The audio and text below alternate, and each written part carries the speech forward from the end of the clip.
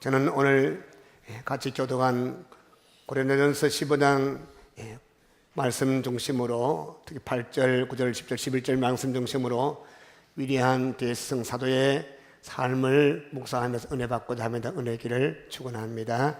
아멘.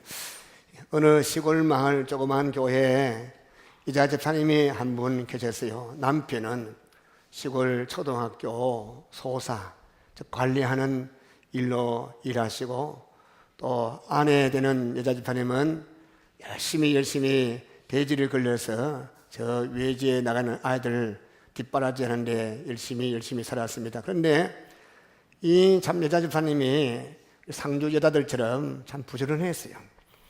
그래서 돼지도 열심히 키우고 밭에 가서 일도 하고 참 귀한 분인데, 한 가지 흠이 있는 게 욕심이 너무 과한 것입니다. 하루는 그의 집에서 기른 돼지 가운데 한 마리가 새끼를 낳았어요. 그것도 8마리나 낳았어요. 그래서 목사님이 그 소리 듣고 찾아가서 축하해 드렸습니다. 집사님 축하합니다. 돼지가 새끼를 8마리나 낳았다면서요. 참 많이 낳았네요. 그러니까 그 여자 집사님이 시무룩하게 대답하기를, 목사님 8마리가 뭐가 많습니까? 옆집 돼지는 13마리 낳았는데요. 그 말 듣고 목사님이 할 말 잃어버렸습니다. 며칠 뒤에 그 부인 집사님 집에서 다른 돼지가 새끼를 낳았는데 14마리 낳았어요. 그래서 목사님이 진심으로 기뻐하면서 축하하며 말하기를, 집사님 이제는 만족하시지요? 새끼를 옆집보다 더 많은 14마리 낳았다면서요. 하나님의 은혜입니다. 그러니까 그 부인 집사님이 기뻐하지 않고, 14마리가 뭐가 많습니까? 놀라 하면 22마리 낳아야 되죠. 참 목사님이 기가 딱 맞겠어요. 그래서 안 되겠다. 이 집사님은 100마리 낳아도 기뻐하지 않고 감사하지 못하겠다 싶어서 이런 말을 했어요. 제가 보기에 집사님은 돼지보다 욕심이 더 많은 것 같아요. 그러니까 이 부인 집사님이 놀란 토끼처럼 눈을 옆으로 빽쭉하게 하면서 말하기를, 아니 목사님, 아무리 그래도 돼지하고 저하고 비교하다니 도대체 목사님 그럴 수 있습니까? 그럼 목사님이 모르는 척하고 계속 말을 이어갔습니다. 집사님 보세요. 내가 보니까 집사님 집의 돼지는 그저 구정물 한 통만 먹으면 그저 들어눕고 만족하는데, 도대체 집사님은 만족이 없어요. 욕심이 한이 없어요. 그러니까 돼지 욕심보다 더 심한 것 같아요. 그래요. 아무리 큰 은혜 받아도, 아무리 큰 축복 받아도 또 은혜를 알지 못하는 사람은 좋은 일이 생겨도 감사할 줄 모르고, 큰 축복 받아도 감사할 줄 모르는 그런 사람이 있습니다. 그러나 하나님 은혜 깨달은 사람들은 이것도 감사하고 저것도 감사하고 다 감사한데 이런 되기를 축원합니다. 제가 어떤 글을 읽어보니까 물고기 IQ가 얼마인지 아십니까? 물고기 지능지수가 0.3밖에 되지 않은데요. 그래서 바로 옆에 동료가 낚시 바늘에 걸려서 발버둥치면서 안 갈랐고 만버릇치는 거 보고도 잊어버리고, 또 거기에 와가지고 입질을 끄뻑끄뻑 한다는 거예요. 그래서 또 끌려가기도 하고, 또 다른 이 0.3밖에 안 되는 IQ 물고기 또 와서 입질하고 또 끌려가는 거. 우스갯소리로 우리나라 정치하는 사람들 IQ가 0.4밖에 안 된다는 거예요. 동료 정치인들이 그저 낚싯대 같은 걸 쭉 던져놓는 걸 먹고 감옥에 끌려가서 고생한 거 보고도 또 자기도 뇌물을 받아 먹다가 턱 걸려서 끌려가고, 이게 10년 전에도 있고 지금도 있고 앞으로도 있을 것이고 어제도 오늘도 있을 것이 바로 이런 일입니다. 왜 그런가 분석해 보니까 우리 정치인들 IQ가 지능지수가 0.3밖에 안 된다, 그런 얘기 하더라고요. 저는 우리 교회에서 참 정치한다든지 그런 분은 IQ가 150 되기를 바랍니다. 그러면 이 물고기가 0.3이고 정치인들이 0.3이라고 욕하면서 여러분과 제 영적 이 지능지수가 얼마나 되는가? 하나님은 에베네셀의 하나님입니다. 여기까지 인도하신 하나님 믿으시기 바랍니다. 임마누엘 하나님, 지금도 예배 가운데 함께 하시는 하나님 믿으시기 바랍니다. 여호와 이레 하나님, 앞으로도 인도하시고 다 예배하시고 필요한 거 다 준비하시고 사망의 엄청 꼴짝이 갈짝 함께 하시는 여호와 이레의 하나님, 오늘까지도 하나님이 함께 하셨고 지금 또 함께 하시고 앞으로도 함께 하실 하나님, 한마디로 말하면 성도들은 주의 은혜로 살아가는 것이 성도입니다. 아멘. 그럼에도 불구하고 우리가 하나님 은혜를 얼마나 기억하며 살아가고 있느냐. 무슨 일을 하다가 좀 잘 되면 내가 잘난 줄 알고, 좀 잘 형편 피면 내가 노력하고 내 땀 흘려서 내 노력으로 된 줄로 생각하고, 그러다가 좀 이리 맥히고 저리 맥히고 어려운 일 생기면 하나님 앞에 원망하고 불평하고 또 낙심하고 주저앉아 버리는 것이 우리 형편 아닙니까? 하나님은 우리에게 어제도 지금도 앞으로도 은혜 베풀어 주셨고 지금도 베풀어 주시고 있고 베풀어 주를 믿으시기 바랍니다. 그러므로 우리 성도들은 주의 은혜를 잊지 말고 감사하기를 축원합니다. 그래서 이스라엘 백성들을 하나님 은혜를 많이 받았고 또 받고 있으면서도 불평불만하니까 그들에게 교훈하기 위해서 절기를 지키라, 3대 절기를 말씀했어요. 첫 번째 절기가 유월절 절기예요. 이스라엘 백성들이 애굽에서 종살이하고 노예 생활하던 백성들을 자유케 하시고 해방케 해서 하나님의 은혜로 애굽을 탈출하고 홍해바다 건너게 하시고 약속 땅 가나안 땅 가게 하신 그 은혜를 기억하고 지키는 것이 그 절기가 유월절 절기예요. 그 신약에 와서는 뭐냐? 부활절로 바뀌어졌습니다. 사망의 권세에서, 마귀의 지배에서, 죄의 종에서 해방받은 것을 감사하면서 지키는 절기가 부활절 절기인 것입니다. 두 번째 절기는 맥추절을 지키라. 이스라엘 백성들 봄 추수 끝나고 난 뒤에 한 해 전반기를 주의 은혜로 보내던 감사하는 마음으로 지키라. 그래서 맥추절을 지키라. 세 번째 절기는 수장절 지키라. 요즘 말하면 추수감사절이에요. 가을 추수 다 끝나고 돌아보니 한 해 동안에 베푸신 은혜, 주께서 베푸신 축복, 그 은혜를 감사해서 드리는 절기가 바로 수장절의 것입니다. 오늘 예배는 스승의 주일 예배로 드립니다. 오늘 이 예배에 우리 대스승 되시는 우리 예수님 말씀 마음에 새기기를 축원합니다. 오늘 스승의 주일 위대한 대스승 사도 바울의 삶을 살펴보면서 도전받기를 축원합니다. 오늘 그는 10절 말씀에서 은혜라는 단어를 3번이나 사용했습니다. 우리 10절 한번 같이 읽어볼까요? 10절 같이 읽습니다. 시작.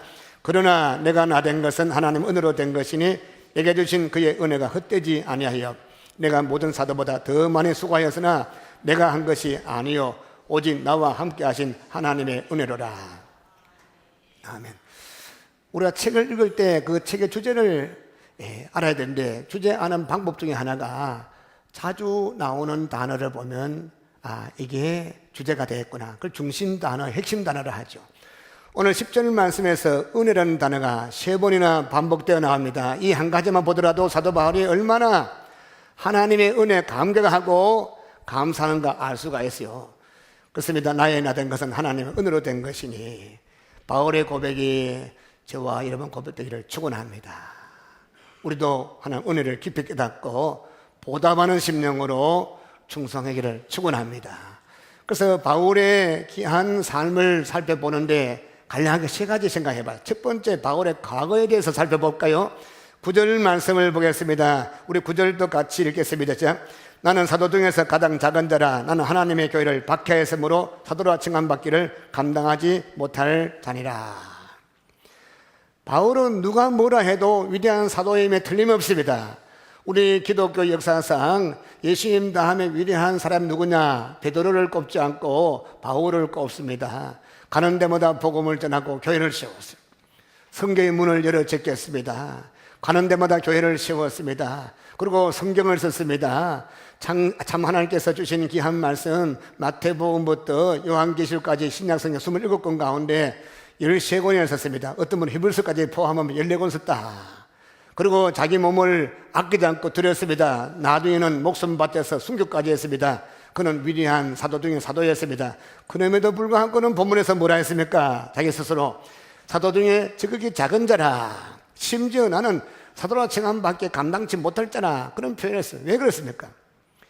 지난 과거를 돌아보니, 지난 날 생활을 돌아보니 주님 앞에 지은 죄가 너무 많기 때문에 그는 본래 교회를 핍박하던 핍박자, 하나님과 원수된 그런 원수였습니다.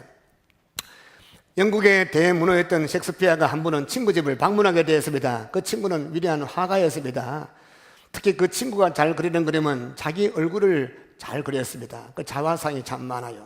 그 자화상을 팔아먹고 새롭게 그린 두 장을 벽에 딱 붙여놓고 친구 셰익스피어에게 보여주면서 물어보았습니다. 여보가 이 그림 어때? 하니까 셰익스피어 마음속에 친구를 놀러주고 싶은 생각이 생겼어. 그래서 셰익스피어가 친구가 그린 그 친구의 모습 그린 그 자화상을 두 개를 떡 보더니 하는 말이, 내 생각에는 자네의 두 자화상 가운데 십자가에 못 박히신 예수님 그림을 그려서 그려놓으면 참 좋겠다. 그 셰익스피어의 의도가 뭡니까? 친구의 두 얼굴, 예수님이 골고다 언덕에서 십자가 달려 죽을 때 양쪽에 뭐가 있습니까? 아주 악한 강도. 다시 말하면 네 얼굴이 암만 잘났다고 포함제에 봐도 너는 강도같이 그런 자다, 그런 뜻인데, 근데 이 친구는 그것도 알지 못하고, 아이고 감히 어떻게 내가 예수님 이 얼굴하고 같이 있단 말인가, 아이고 안 될지. 사람들은 누구나 다 제 잘나는 맛에 살고 있습니다. 자기가 얼마나 큰 죄를 지은 죄인지 알지 못하고 살고 있습니다. 그러니 은혜를 많이 받아도 은혜인 줄 알지 못하고 그저 내 힘으로, 내 주먹으로, 내 땀으로, 내 노력으로 사는 줄로 착각하는 것이 우리 인생인 것입니다. 18세기 영국의 유명한 목사님이 한 분 계셨어요. 그 목사님은 존 뉴턴 목사님, 올리 지방에서 일평생 복음 전하고, 그 올리 지방 시골 동네에서 한 번도 벗어난 적이 없고 일평생 시골교회에서 목사님 됐던 유명한 존 뉴턴 목사님. 근데 이분이 젊을 때는 아주 불량자였어요. 방탕한 삶을 살았어요. 그래서 늘 아버지 어머니 속을 벅벅 끓고 집에서 아버지가 고민하다가 안 되겠다, 그래서 우리나라 해병대보다 더 힘든 영국 해군에 집어넣었습니다. 그런데 해군에 집어넣었더니 엄격한 규칙에 매이는 것이 적응되지 못해가지고 이리 사고치고 저리 사고치고 나중에 탈영하다가 붙잡혀서 매를실컷 맞고 영창 갇혔습니다. 영창에 들어가도 또 사고치고 또 거기서 골통에 대해서, 그러니까 결국 함장이 화가 나가지고 지나가던 노예선에 팔아먹어버렸습니다. 이 존 뉴턴 청년이 저 아프리카 이 노예 상인이 사는 그 조그마한 방에 갇혀서 비참한 생활을 하다가 극적으로 영국 무역선에 의해서 구조되어서 영국으로 돌아왔습니다. 그래서 뭐 해먹고 살고 할 게 없어요. 그러니까 이 아프리카에서 본 것이 있어가지고 나도 노예 장사해야 되지. 그래서 배를 한 척 사가지고 빚내 사가지고 아프리카에 평화로운 노예들을, 이 흑인들 잡아가지고 가다가지고 유럽으로 팔아먹는 그런 못된 노예 상인이 되었습니다. 그의 기록에 의하면 이 얼마나 악한가 하면 노예들을, 흑인들을 잔뜩 잡아가지고 집어넣어가지고 그 무더운데 가다 보면 죽기도 하고 많은 어려움이 생겼어요.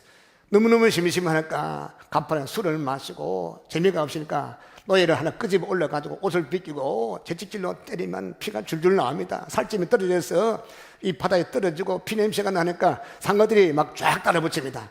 그러면 술을 먹고 발가벗은 그 피투성이 된 그 노예를 들어다 던져버리면 그 노예가 이 상어, 이 아가리에 들어가면 발을 부둥대는 보고 좋다고 껄껄대면서 술 마시는 그런 악들 중에 악질이었어요. 그의 어머니는 기도하는 어머니였어. 그래도 아들 놓고 늘 기도하고 기도했는데 어느 날 바람이 불고 큰 폭풍을 만나게 되었습니다. 죽게 되었습니다. 그제서야 주 앞에 앞발 두 발 다 들고 주 앞에 무릎 꿇고 주여 용서하십시오 회개하고 가슴을 치며 지난 날 지은 죄를 주 앞에 고백하고 내가 죽을 죄를 지었습니다. 한 번만 용서해 주시면 내가 하나님 뜻대로 살겠습니다. 진심으로 회개해서 돌아와서 목사가 되었어요. 과거의 어두웠던 시절을 회상하면서 나 같은 죄인을 구원해 주시고 살려 주시고 하나님 백성 삼은 것 감사하고 복음 증거하는 주의 종되는 감사해서 그가 지은 노래가 하나 있습니다. 그게 바로 여러분이 부르는 찬송가 305장 Amazing Grace. 나 같은 죄인 살리신 주의 놀라와 잃었던 생명 찾았고 광명을 얻었네. 큰 죄에서 같이 할까요? 큰 죄악에서 건지 주 은혜 고마워. 주 은혜 고마워. 나 처음 믿은 그 시간, 나 처음 믿은 그 시간 귀하오 귀하다. 이 존 뉴턴 목사님은 일평생 동안 하나님의 은혜가 너무나 감사하고 감격해서 죽는 시간까지 잠시도 쉬지 않고 나가서 시골 사람들 전도하고 또 같이 일도 해주고 같이 중참도 먹고 대화하고 그들 친구가 돼주고 유명한 영국이 자랑하는 성자 목사님에 대해서 이 목사님이 남긴 두 개의 유명한 말씀이 있습니다. 종종 설교 시간에 그런 그 말씀을 인용했습니다. 첫 번째 말씀, 이 다음에 내가 천국 가면 세 가지 이유 때문에 깜짝 놀라게 될 것이다. 첫 번째는 천국에 당연히 있을 줄로 생각했던 사람이 없다는 사실 때문에 놀랄 것이고, 둘째는 절대로 천국에 들어올 수 없는 사람인 줄 알았는데 가보니까 안 되는 것이 놀랄 것이고, 마지막 세 번째, 나 같은 죄인이 그것이 와 있는 거 보고 놀랄 것이다. 사실 바리새인처럼 천국은 내 의를 강조하고 내 아니면 누가 천국 가나, 내가 1등 교인이고 내가 하는 그런 자는 아무리 열심히 내고 아무리 남북이 신앙 잘하는 것 같지만 하나님의 은혜 생각하지 않고 자기 힘 생각하고 자기 노력했던 것이 아니고 자기만 삶은 그런 분을 쓸 수가 없는 것입니다. 그러나 반대로 세리와 창대처럼 과거에 지은 죄, 허물진 것, 똥걸레 같은 것을 돌아보니 너무 부끄러워서 감에 고개 들지 못하고 주여, 주의 저를 용서하옵소서 죄를 회개하고 주 앞에 두 손 들어 앉아 천국 갈 수 있게 믿으시기 바랍니다. 아멘. 여러분, 저는 제 자신을 잘 알아요. 여러분은 잘 아십니다. 그저 다 들춰보면, 과거 들춰보면 부끄러운 건 많습니다. 저는 제가 얼마나 허물진 거 잘 알기 때문에 언뜻 설교할 때마다 어떻게 내가 목사가 돼서 이 귀한 성도를 섬기게 된 건가, 주님께 늘 감사하고 주여 남은 여생을 더 잘하겠습니다 결단하고 무릎 꿇고 기도하러 노력합니다. 여러분들도 마찬가지 죽음 마땅한 죄인이 하나님 백성 된 것 감사하고 남은 여생 충성하기를 축원합니다. 또 이 뉴턴 목사님이 남긴 유명한 말이 있습니다. 나이가 들었어, 60대가 되고 70대가 되고 나이 많으니까 기억력이 쇠퇴합니다. 그래서 약속한 교인들 약속을 깜빡 잊어버리고 미안합니다 그렇게 하다가도 설교 시간에 이런 말씀합니다. 내가 다 잊어먹어도 나는 이 한 가지만큼은 절대로 잊어버릴 수 없다. 그것은 내가 과거에 너무나 큰 죄인인 것과 그럼에도 불구하고 예수님께서 나의 죄를 용서하시고 나를 구원해 주셨고 나의 주가 된 것을 저는 믿습니다. 여러분, 지난 삶을 돌아보십시오. 우리 역시 큰 죄인이었습니다. 죽음 마땅한 죄인이었습니다. 용서받기 어려운 죄인이었습니다. 그러나 우리의 구주 예수님께서 하늘 영광 버리시고 이 땅에 오셔서 내 허물과 죄를 대신해서 죽으심을 믿으시기 바랍니다. 주의 흘리신 보혈로 깨끗하게 씻어주시고 의롭다 하시고 지금까지 인도해 주셨고 지금도 함께 하시고 앞으로도 함께하시 믿으시기 바랍니다. 또 사도 바울의 현재의 삶을 살펴볼까요? 10절 상반절 말씀 보니까 이런 말씀이 있습니다. 그러나 나의 나 된 것은 하나님의 은혜로 된 것이니, 바울이 본래 교회를 핍박하는 핍박자였어요. 그런 그가 변화돼서 뭐가 되었습니까? 핍박하던 교회에서 파송받은 선교사가 되었습니다. 욕을 했던 그 예수님을 증거하는 예수님 증거하는 선교사가 되었습니다.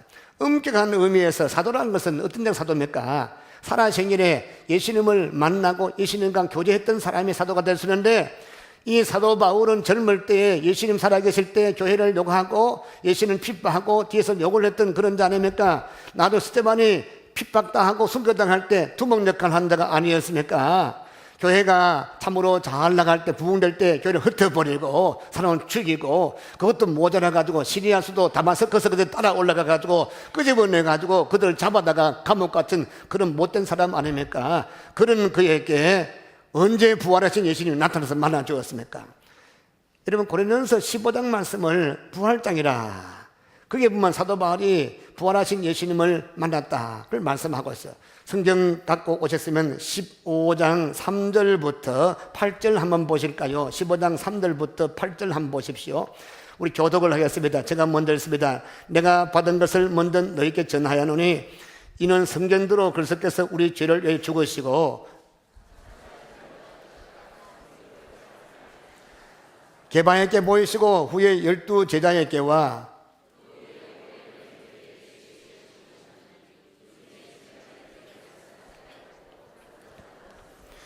그 후에 야고보에게 보이셨으며 그 후에 모든 사도에게와 아멘. 이 부활하신 예수님, 죽었다가 승리하신 예수님을 바울이 봤다는 것을 분명히 밝히고 있습니다. 근데 바울이 부활하신 예수님 언제 만났느냐?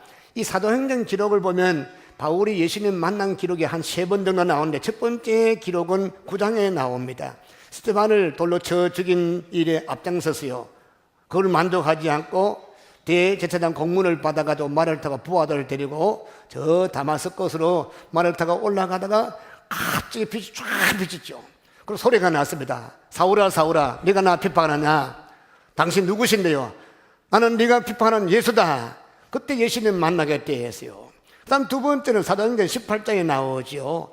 바울이 고린도에서 복음을 전할 때 밤중에 부활하신 예수님께서 환상 중에 나타나신 것을 두 번째 만나. 세 번째는 23장에 나오죠.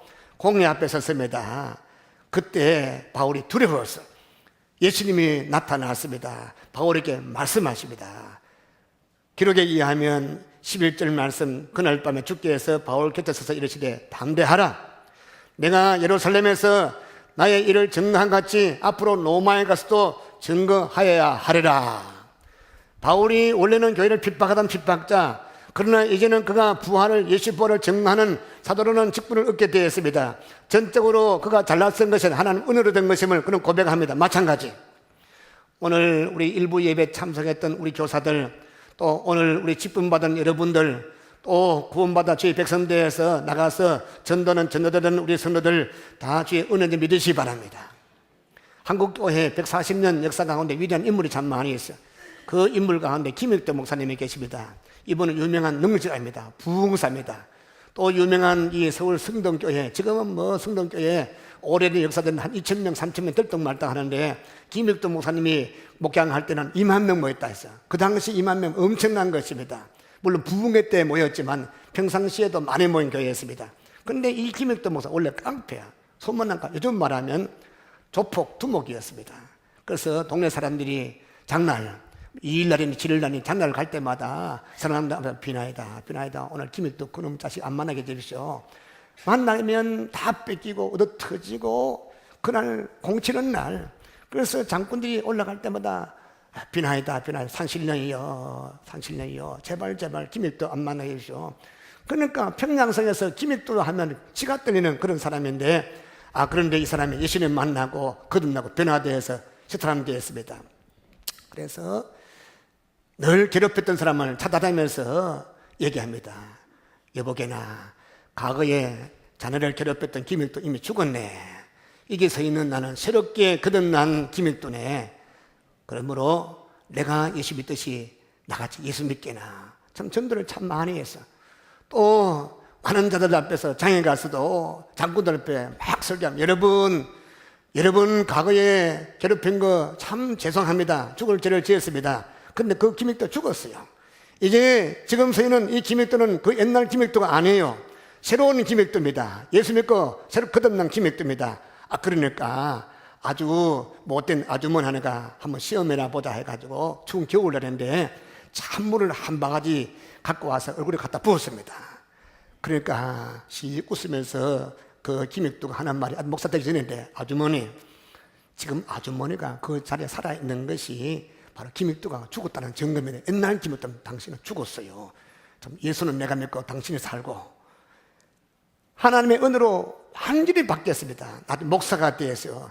가는 데마다 간증합니다. 찬송합니다. 나 같은 죄인 살리신 주는 올라와 찬송하고 눈물로서 간증하고, 말 잘해서 목사 된 것이 아닙니다. 그는 확신에 찬 음성을 외쳤습니다. 여러분, 하나님은 나 같은 죄인도 용서해 주시는데, 나 같은 죄인도 사랑해 주시는데, 하물며 여러분은 말할 것도 없이 사랑하지 않겠습니까? 누구든지 예수 믿기만 하면 나같이 거듭날 수 있고 새 사람 될 수 있고 천국을 선물받을 수 있습니다. 많은 자들이 고개 끄덕이면서 전도가 되고 교회가 확장되고 그 평양 중심으로 황해도 저 평안도 지역에 교회가 많이 세워졌습니다. 그래서 많은 사람들이 맞다 김익도가 예수 믿고 저렇게 받겠다면 나도 소망이 있을 것이다. 감화를 받고 많은 자가 구원받게 된 것이에요. 성도 여러분, 바울은 본래 교회 핍박하는 핍박자였습니다. 그러나 위대한 사도되었습니다. 하나님 은혜였습니다. 김익도 목사도 본래 깡패였습니다. 그러나 하나님의 은혜를 받아서 목사가 되고 부흥사가 됐고 한국 총회자가 되고 나중에 총회장 되고 나중에는 숙녀자가 된 그런 위대한 인물되었습니다. 마찬가지 나의 나 된 것도 하나님 은혜고 여러분도 돌아보십시오. 하나님 은혜는 믿으시기 바랍니다. 내가 목사가 되고 장로가 되고 권사가 되고 집사가 되고 교회 직분을 받고 주력의 교사로 성가들로서 귀한 일을 맡은 것은 하나님의 은혜도 믿으시기 바랍니다. 늘 이걸 명심하시고 겸손하기를 축원합니다. 또 마지막 한 가지 바울의 미래를 살펴볼까요? 사람은 누구나 살아온 과거가 있고 지금 살아온 현재가 있고 살아온 미래가 있습니다. 이 과거와 현재와 미래는 다 연결되어 있습니다. 그러면 바울은 자기 미래를 어떻게 살 것인가 결단했습니까? 10편 116편 12절 말씀 보니까 10편 기자는 여호와께서 내게 주신 모든 은혜를 무엇으로 보답할꼬. 이 말씀처럼 바울은 늘 주의 의신 은혜를 생각하면서 내가 무엇으로 보답할꼬, 남은 여생 어떻게 살 것인가, 늘 그런 심령 살아왔습니다.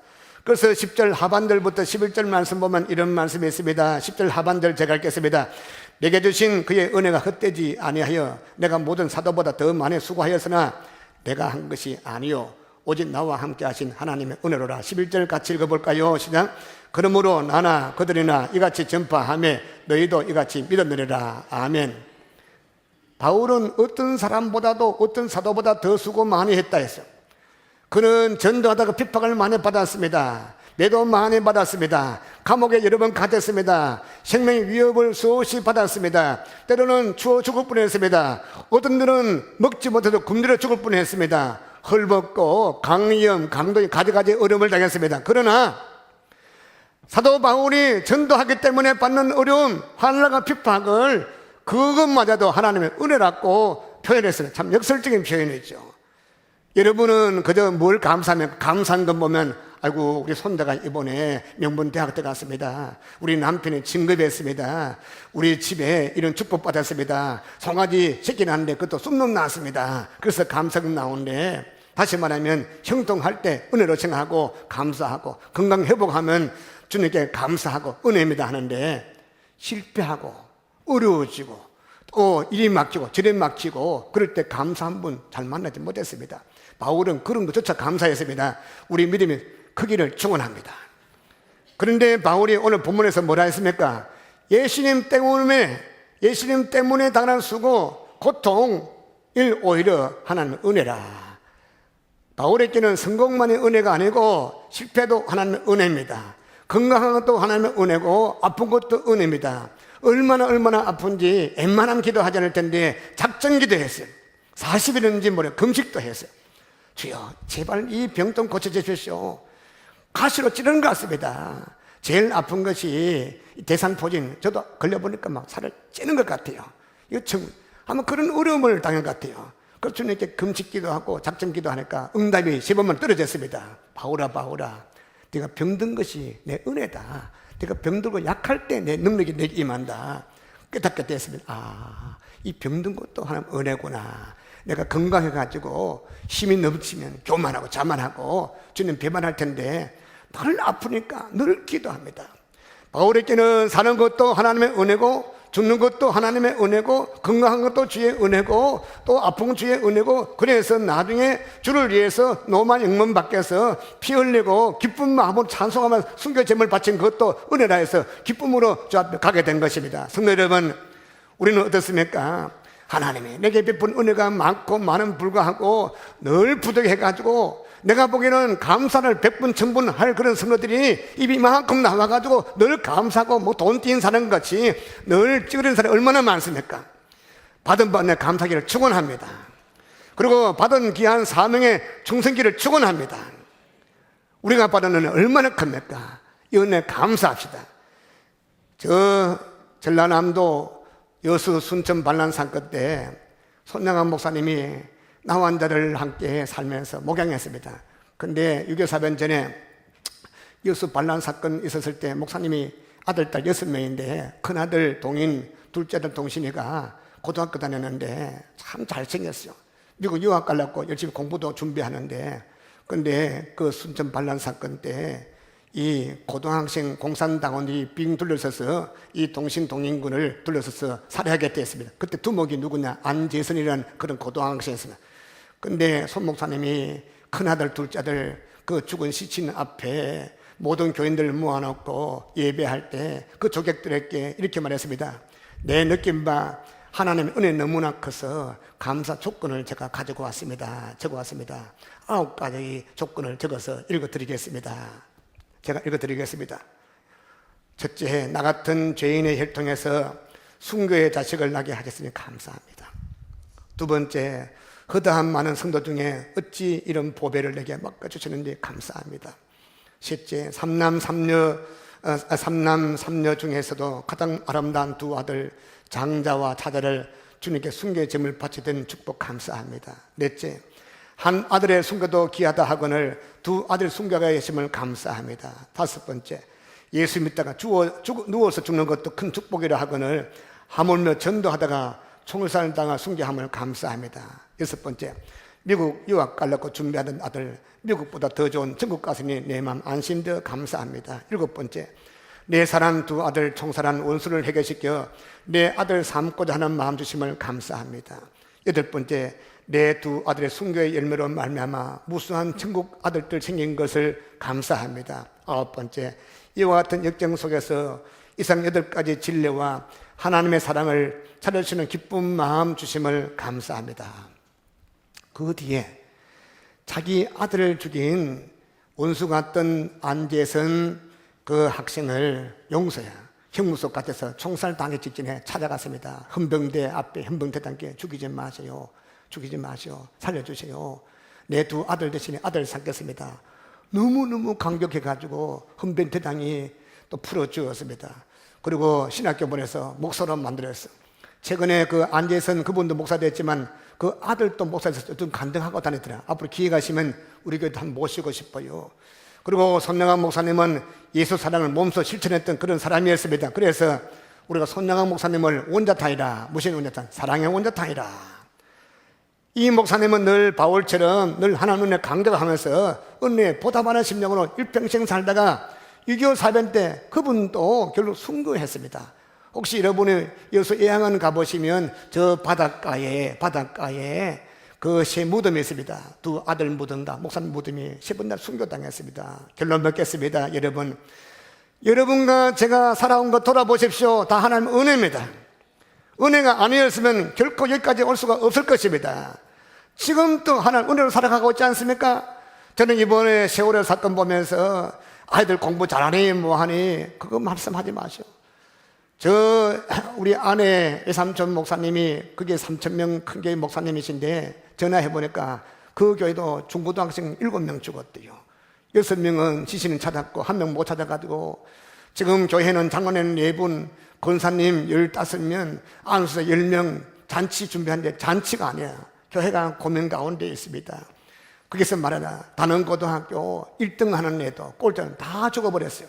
여러분 공부 잘하든지 뭐하든지 내 가족이 내 자녀가 건강하게 있다는 감사. 할렐루야. 지금 숨쉬고 사는 것 중에 은혜입니다. 할렐루야. 그러므로 남은 여생을 주의 은혜 받아서 충성기를 축원합니다. 우리가 보고도 배우지 못하면 어리석은다. 정성은 보고도 배우지 못하지만 하나님은 인생에게 지혜를 주었습니다. 성도의 지혜를 주었습니다. 내가 받은 은혜를 감사를 떨고 다른 모든 거울로 삼고 본보기로 삼고 위대한 대성 바울의 삶을 내 삶으로 생각하면서 나도 그렇게 살겠다, 그렇게 결단하고 살기를 축원합니다. 오늘 바울의 고백이 여러분 고백을 축원합니다. 바울의 삶이 여러분 삶에게 축원합니다. 그래서 남은 여생 주 앞에서 기쁨으로 살다가 주 앞에 설 때 칭찬받기를 다시 한번 축원합니다.